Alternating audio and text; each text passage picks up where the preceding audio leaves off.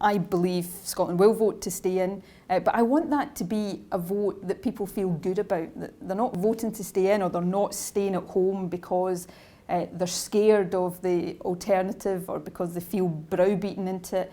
I hope it's a vote where people enthusiastically and positively say, you know what, in the modern world, albeit that many of us in Scotland, not all of us, but many of us in Scotland want Scotland to be an independent country.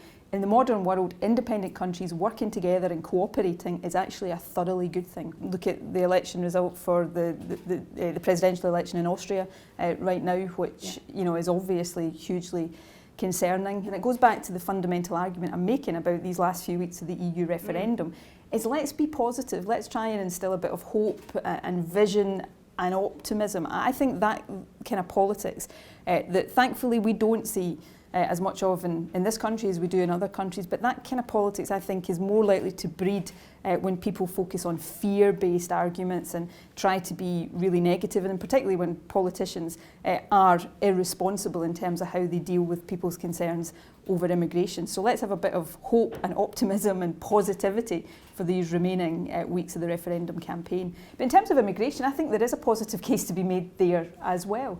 And that's not to say that we should ignore people's concerns about immigration. Many people, and this will be more of an issue in parts of England than perhaps it is in parts of Scotland, although there's an area in my own constituency that deals day and daily with some of the practical implications of immigration in terms of housing and education and public services.